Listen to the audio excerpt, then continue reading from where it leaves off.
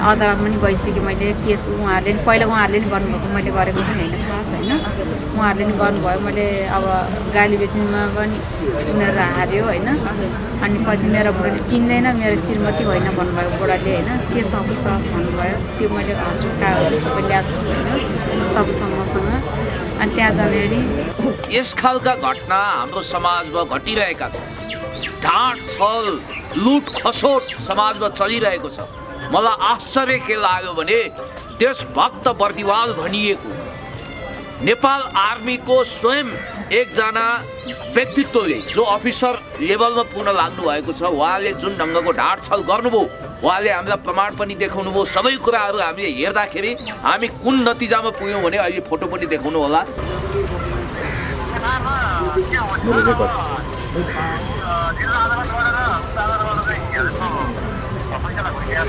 हजुर श्रीमतीको रूपमा पनि तपाईँले अहिले स्वीकार्नु भएको छैन मेरो हजुर कागजदेखि मेरो बच्चा टिन्टिन उहाँले नै अवसर पाएर गर्नुभएको छ मेरोसँग सबै कागज पनि छ होइन हजुर कागज सबै छ म काम गर्ने यहाँ रसिमा स्पेसल हाउसमा हो होइन अब यत्रो वर्ष उहाँ घर उहाँले नै कोडा खोजेर राख्नुभयो उहाँहरूलाई पनि थाहा छ ल ठिक छ पाटन पुनरावेदन अदालतबाट जुन फैसला आएको छ त्यो सरासर घातक गैर न्यायिक छ उहाँमाथि अन्याय गरिएको छ यो सेटिङमा भएको फैसला हो र म स्पष्ट रूपमा भन्न चाहन्छु पुण्य गौतमले जहिले पनि दुखी पीडित अबला रोगी गरिबहरूको पक्षमा आवाज बुलन्द गरेको छ उहाँको सम्पत्ति पनि कराप ज्याप पार्नुभयो भन्ने सूचना हामीले पाएका छौँ सारा सम्पत्ति लट्टीपट्टी पार्ने आज ल्याएर उहाँलाई रोडमा छोडिदिनु भएको छ बिचरा एउटा सानो जब नभए त उहाँको अवस्था के हुन्थ्यो उहाँले धन्न आत्महत्या गर्नु भएन आफ्नो जीवनमा अगाडि बढाइरहनु भएको छ अब न्याय र इन्साफको ढोका फेरि हामी घचघचाउँछौँ पछि बिहे गरेर ल्यायो टिकाको दिनमा को भने श्रीमती भन्यो भने अनि पछि हामी बहिनीसँग कुरा र म पार्लरमा कुरा काम गर्छु काम गरेर बसिरहेको अहिले यहाँ कोर्समा भटकालीमा बिहे भएर आएको सिङ्गल पैसाको पावरले मात्रै नि उसले सबैलाई किनिरहेको छ पैसाको पावर देखाइरहेको छैन सबै उहाँहरूले नै हाम्रो खास अनि बालाजी बस पर छेउको पुलिसले मलाई त्यहाँ गुरुङनी दिदी थियो ल मैले गरेँ है साथी एकछिनलाई कल गर्दै हुनुहुन्छ स्पष्टता साथ भन्नु म उहाँको श्रीमान जसले उहाँलाई बिचल्ली पार्यो वेदबहादुरजीलाई फोन गर्दैछु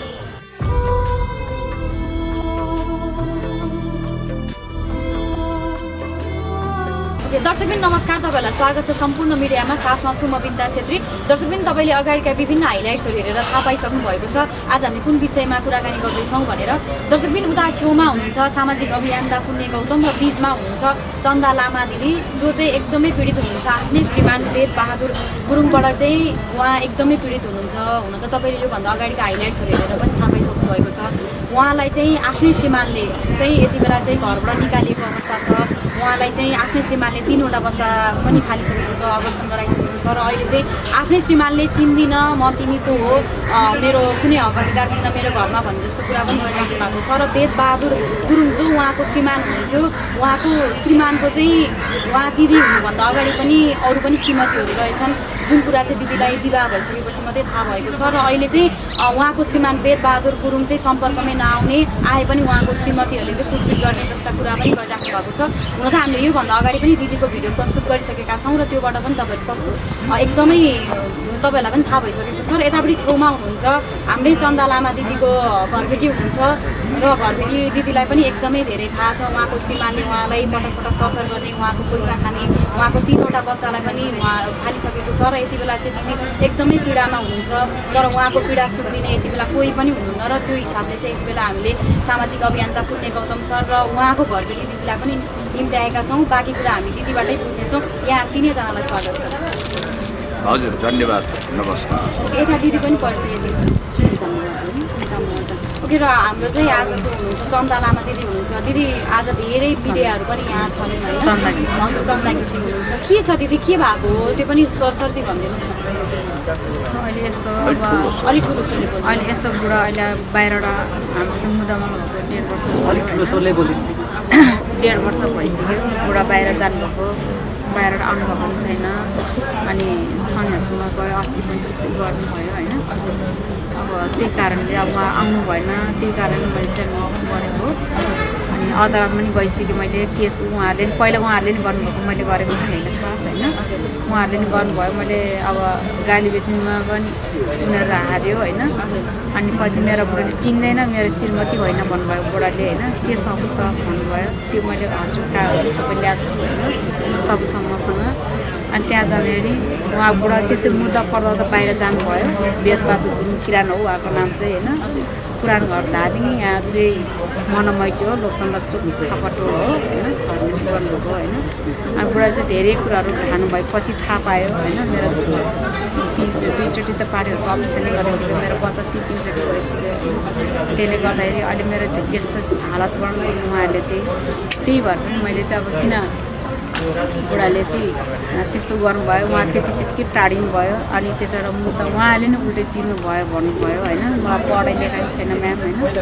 अनि छ नि उसको सबै कागज छ मसँग यहाँ सबै कागजदेखि सिन्दुर पोतेदेखि सबै छ सिन्दुर पोतेदेखि सबै कागजहरू छ होइन त्यसले गर्दाखेरि उहाँले त्यस्तो गर्नुभयो अनि बाहिरबाट अब मुद्दा जित्यो भन्नुभयो उहाँले मैले पहिला पाएको न्यायाधीश पाठ के अरे उसमा बानेश्वरमा चाहिँ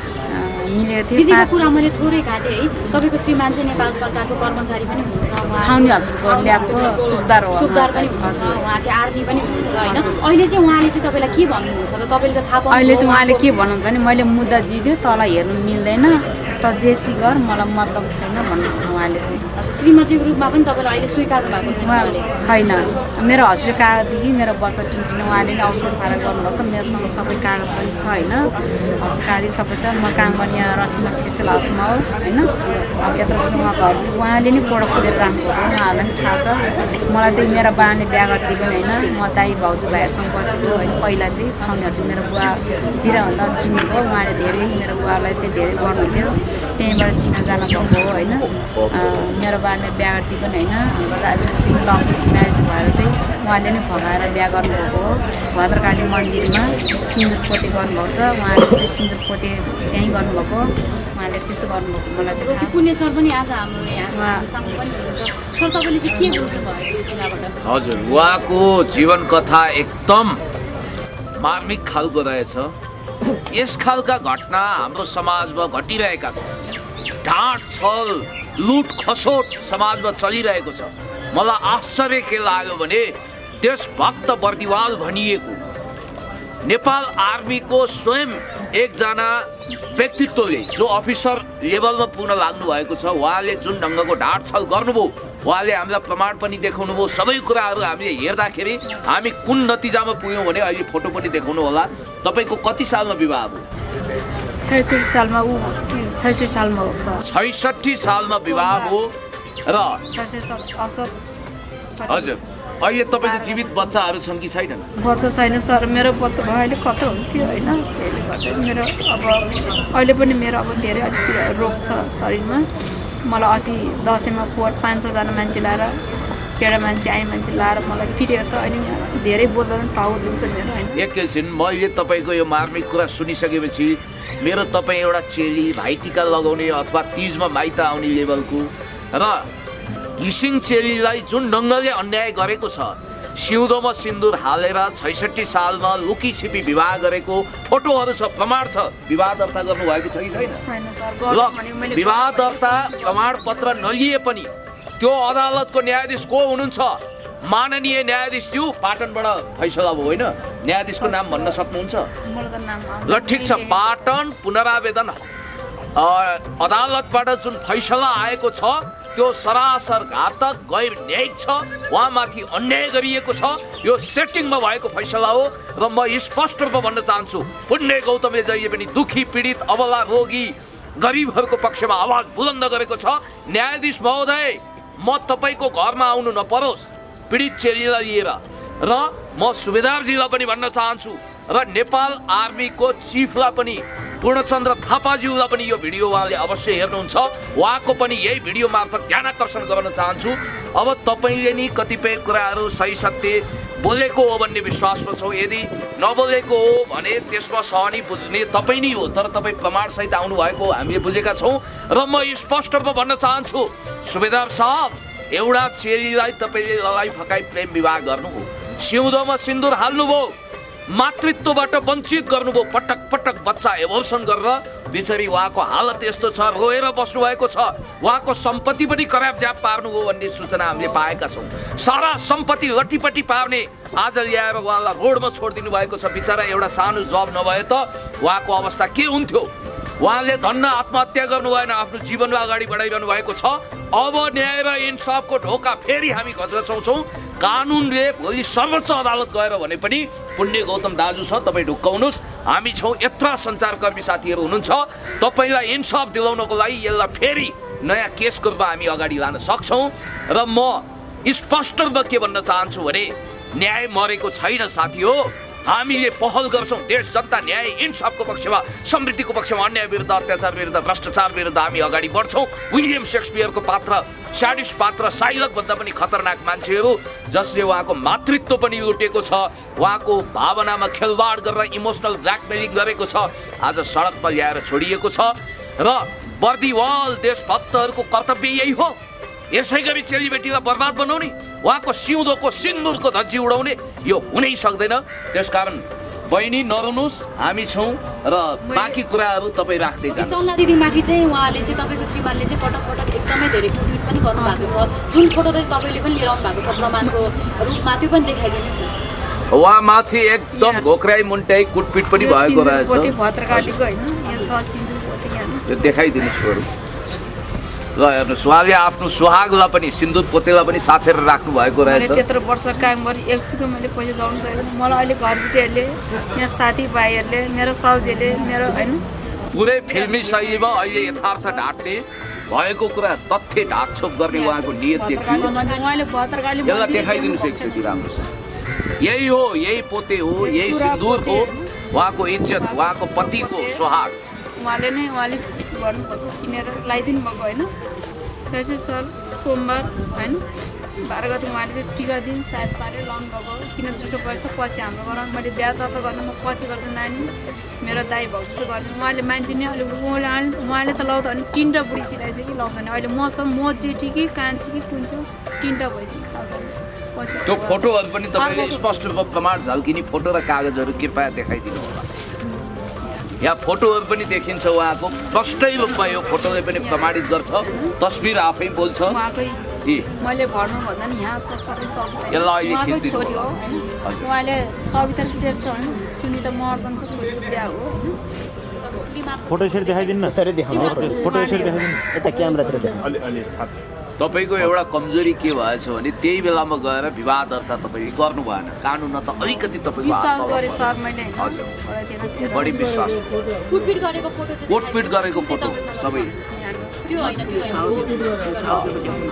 हो यहाँ डाम नील डाम सबै रहेछ ल यो हेर्न सकिन्छ यो मेरो साउनी मेरो बुढा बिजी मलको होइन यो कुटपिटको देखाइदिउँ यहाँ तपाईँ हेर्न सक्नुहुन्छ ट्याक्कै यो भद्रकाली मन्दिर उहाँले भद्रकाली होइन भन्नुभएको छ बिचमा राख्नु त सबैले एकछिन जुम गरौँ एकछिन राख्नु जुम गर्नु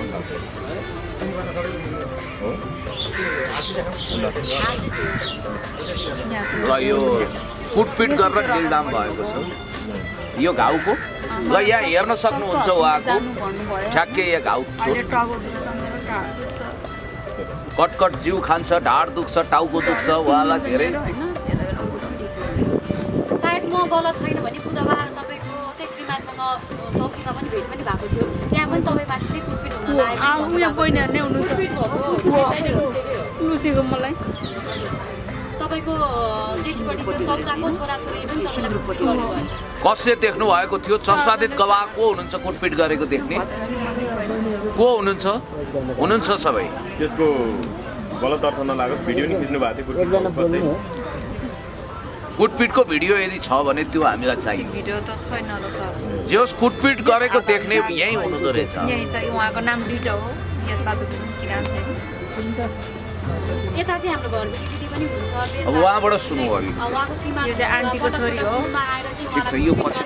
उहाँलाई चाहिँ खाना बना म खाना आउँछु भनेर भन्ने उहाँको पैसा लुट्ने पनि उहाँको सीमाले गरिराख्नु भएको रहेछ तपाईँ पनि पेट्रोल छैन भने एकदमै सहयोगी घरबेटी पनि हुनुहुन्छ के हुन्थ्यो त त्यो रुममा चाहिँ उहाँहरू बस्दाखेरि पहिला पहिला त हामी थाहा थिएन, आएर बसेर कोठा खोजेर बस्यो। अनि पछि बिहे गरेर ल्यायो टिकाको दिनमा को भने श्रीमती भन्यो अनि पछि हामी बहिनीसँग कुरा र म पार्लरमा कुरा काम गर्छु, काम गरेर बसिरहेको। अहिले यहाँ ओसमा भटकालीमा बिहे गरेर आएको सिङ्गल भनेपछि उहाँको श्रीमान भनाउँदोले बिहा गरेको कुरा भन्यो। बिहे गरेर आयो, फेरि बिहे गरेर आएर पनि उसैले मान्छे ल्यायो, उसैले पण्डित ल्यायो, पण्डित ल्याएर पनि पण्डितलाई पनि फेरि झुटो कुरा गर्दा यो फोटो खिच तर ऊ के नआउने गरेर स्वास्नी नआउने गरेर फोटो खिच भनेछ। ऊ नआउने गरेर खिचेपछि अब कसले टिका लगाइदिएको कसले सिन्दुर लगाइदिएको केही थाहा भएन। उसले पहिला नि जाल साजिस गरेर आइरहेछ। अनि पछि उसको बच्चा भयो, बच्चा भएकोमा पनि खुसी भएर दिदी मेरो यस्तो यस्तो भएछ, यति महिना भयो भने ल हो नि त राम्रै भयो, खुसी खबर भने पछि भयो फेरि उता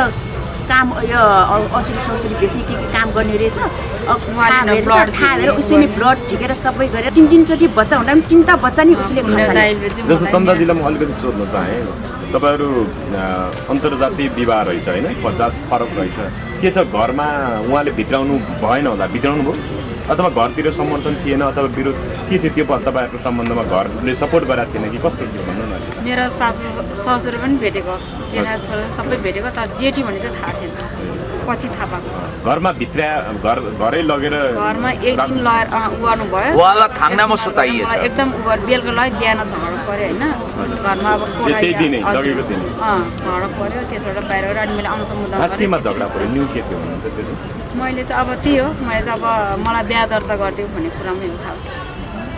उसले गर्न नमाने। जुन कागज छ त्यसमा चाहिँ तपाईँको श्रीमानले सबै कुरा छ चाहिँ सर, बहिनी भनेर पनि लेख्नु भएको छ है। उहाँले नै श्रीमती भनेर लिएर बहिनी भन्नुभएको छ है। श्रीमती बहिनी भनेर लेख्नु भएको छ। मेरो साउजीहरूले बोल्दा नि यसले चाहिँ साउजीहरूलाई उल्टा नभएको आरोप लगाउनु होइन सर, त्यस्तो गर्नुभयो। उहाँले चाहिँ भद्रकाली मन्दिर पनि गयो, मेरो आमा बुवा सबैलाई बोलाएर मैले गएँ भद्रकाली जाँदाखेरि नि गेटबाट भित्र जानु दिनु भएन उहाँहरूले, बरु 2 टाढा पुलिसहरू बोलाउनु भयो होइन, भित्र जानु दिनु भएन उहाँहरूले, त्यसले गर्दा अहिले चाहिँ तपाईँको श्रीमान भन्नुहुँदो छ, अहिले सम्पर्क सम्बन्ध हुन्छ कि हुँदैन, फोनमा कुराकानी हुन्छ कि छैन हुँदैन? सर, उहाँले फोन त कतिवटा चेन्ज गरिसक्यो फोन, मैले छैन हजुर फोन गर्दा पनि फोन होल्डमा राखिदिन्छ कहिले यसो गरौँ न, नम्बर छ भने हामी यहाँ दुधको दुध पानीको पानी छुट्याउने गरी यहीँ म पुण्य गौतमले कुराकानी गर्छु। एकचोटि फोन नम्बर छ भने कल फोन नम्बर छ नि त। नम्बर तपाईँ कसैको टेलिफोन दिनु होला। मैले यहाँ पुण्य गौतम दाईसँग चाहिँ मैले अन्यायलाई न्याय पाउँछु भनेर मैले उहाँ लास्टमा उहाँसँग उ गर्न आएको होइन, मैले अदालतमा पाएन, त्यही भएर मैले तपाईँ ढुक्क हुनु जेठीले पुण्य चाहिँ अब दाई यसो हुन्छ कति नम्बर हो र साथीहरू होइन थाहा पाउँदैन होला। तपाईँबाटै गर्नु के मेरो अलिकति यो फोन कमजोर छ, लाउड स्पिकर छैन के, लाउड स्पिकर भएको एनीबडी एल्स कसैसँग छ मोबाइल? यो मेरोबाट चाहिँ फोन गर्नुहोस्, किनभने उसले मलाई पनि म पनि हामी गएको बेलामा अदालतमा गएको बेलामा के भनेछ भने अदालत दिदी हेर्नु तपाईँ पछाडि हट्नु नभए होइन भने तपाईँ भिज्न पर्ला भनेर खबरदार गरेछ। किनभने चन्दालाई पनि यो सबैलाई थर्काउन सक्दैन। मोटरसाइकलले कस्ता कस्ता सुन्नु न, तपाईँ नडराउनु, कस्ता कस्ता अलेक्जेन्डर दि ग्रेट र हिटलरको पतन भएको बेलामा उहाँ केही होइन, यसो गरौँ न, मेरोबाट गर्छु। पैसाको पावरले मात्रै नि उसले सबैलाई किनिरहेको छ, पैसाको पावर देखाइरहेको छैन सबै। 98 पहिला हाल्यो भने होइन उहाँहरूले नै हाम्रो खास। अनि बालाजी बस पर छेउको पुलिसले मलाई त्यहाँ गुरुङनी दिदी थियो, ल मैले गरेँ है साथी, कोसिस गर्नुभयो। कसलाई कल गर्दै हुनुहुन्छ स्पष्टता साथ भन्नु। म उहाँको श्रीमान जसले उहाँलाई बिचल्ली पार्यो वेदबहादुरजीलाई फोन गर्दैछु, फोन गइरहेको छ एकदम स्पष्ट। फोन उठ्नुहोस्। हेलो हजुर वेदबहादुरजी नमस्ते, म पुण्य गौतम बोलेँ। तपाईँको श्रीमती चाहिँ मलाई बिचल्ली पारियो, इन्साफ दिलाइ पाऊँ भनेर यहाँ मका आउनुभएको छ। उहाँ आउनुभएको छ घिसिङ बहिनी, यथार्थ के हो त?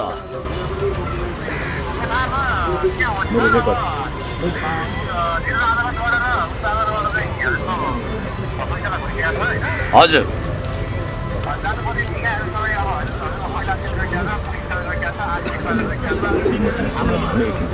तपाईँको श्रीमतीसँग कुराहरू भन्नु। तर तपाईँको श्रीमती त पुरा निलडाम छ, मलाई एकदमै ठुलो अन्याय भयो भनेर मका आइरहनु भएको छ रुँदै कराउँदै।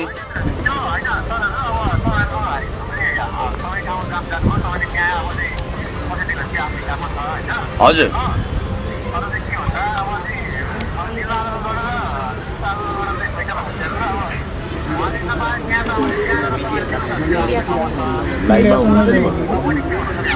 ल तपाईँको यहाँ श्रीमतीले कुरा गर्ने रे तपाईँसँग कुरा गर्नुहोस्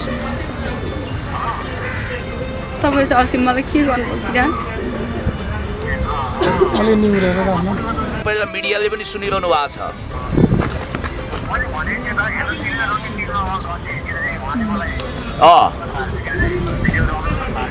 हजुर यहाँ धेरै मिडियाहरू हुनुहुन्छ तपाईँले इन्साफ दिलाउनु पर्यो भनेर उहाँ रुँदै कराउँदै म कहाँ आउनु भएको छ निलराम देखाउनु भएको छ होइन अब सयौँ मिडियाहरू छ अनुमति भन्दा पनि अहिले तपाईँसँग हामीले अनुमति ल्याएको छौँ नि त तपाईँ एउटा देशभक्त हेर्नुहोस् म नेपाल प्रहरीको इज्जत गर्छु देशभक्त वर्दीवाल व्यक्ति तपाईँ होइन तपाईँले आफ्नो वर्दीको इज्जत गर्नुपर्छ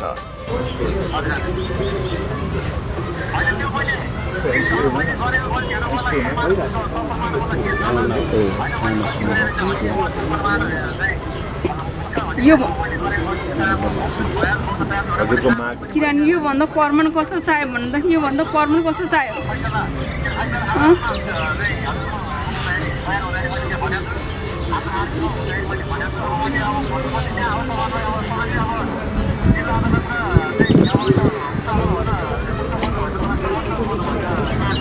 यहाँ उहाँले त कुटपिट भयो भन्नुभएको छ मेरो कसले लिने जिम्मा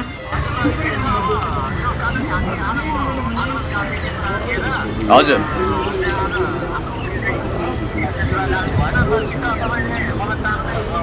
यस्तो हो तपाईँ निर्दोष हुनुहुन्छ भने तपाईँलाई कसैले केही गर्न सक्दैन तपाईँ दोषी हुनुहुन्छ भने उम्किन पाउनुहुन्न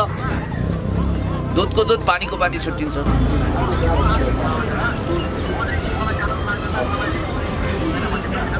हो कानुन एबभ दि कन्स्टिट्युसन कोही पनि छैन कानुनभन्दा माथि हो पक्कै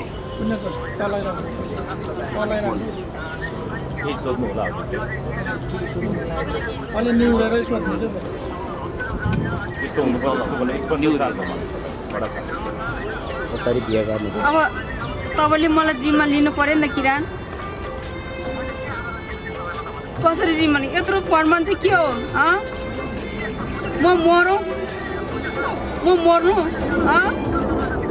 तपाईँलाई अलिकति लाज छैन मेरो तपाईँले के भन्छ मेरो हाकिमको त्यत्रो पावर छ भन्छ तर अदालतमा केही गर्नु सक्दैन तपाईँले के भन्नु अनि यो सबुत के नि कसले लिने मलाई न्यायाधीशले लिने जिम्मा नि प्रशासनले लिने कसले लिने किरान यो जिम्मा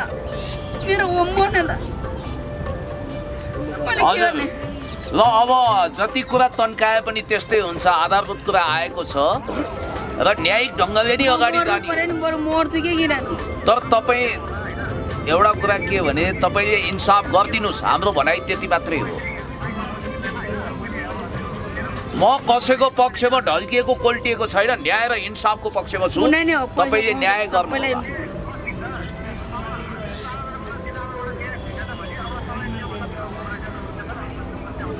म अदालतभन्दा ठुलो छैन एबभ दि कन्स्टिट्युसन कोही पनि छैन